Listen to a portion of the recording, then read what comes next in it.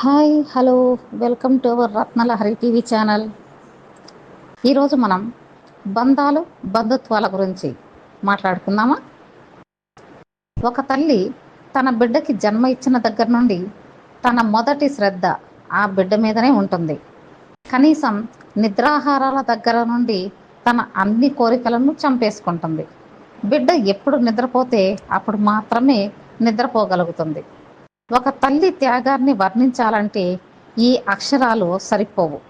ఆ బిడ్డ పెరిగి పెద్దయ్యాక ఆ తల్లి త్యాగాన్ని గుర్తించేది మనలో కొందరే ఉన్నారు.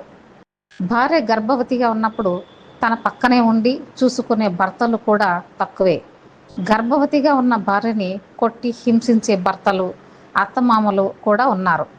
ఎన్ని కష్టాలైనా భరిస్తుంది, కానీ ఆ బిడ్డని మాత్రం ఒక్క క్షణం కూడా వదిలి ఉండలేదు. తన ప్రాణాలను సైతం లెక్క చేయక జన్మనిస్తుంది తల్లి. అదే ఆ తల్లి చివరి క్షణాల్లో బిడ్డలు సంపాదనలో పడి ఆ తల్లిని వృద్ధాశ్రమాలకు అంకితం చేస్తున్నారు. కొందరు ఆస్తుల కోసం తల్లిదండ్రులను కిరాతకంగా హింసిస్తున్నారు.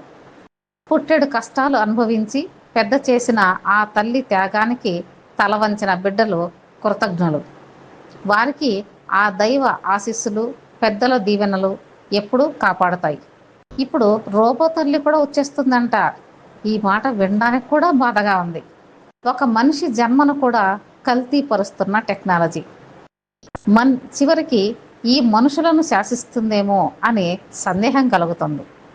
రోబో నుండి జన్మించిన ఆ బిడ్డకు ఆ రోబో పాలిచ్చి లాలించగలదా? మనిషి ఎదగడం అదృష్టంగా భావించాలి.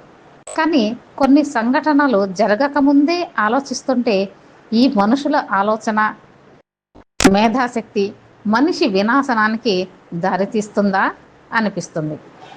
మనిషి జీవితం బంధాలు లేకుండానే, ప్రేమ లేకుండానే ఆర్టిఫిషియల్ అనే పదానికి బలివ్వడానికి సిద్ధమవుతుంది అని తెలుసుకొని ఇప్పటికైనా మనం మేలుకోవాలి.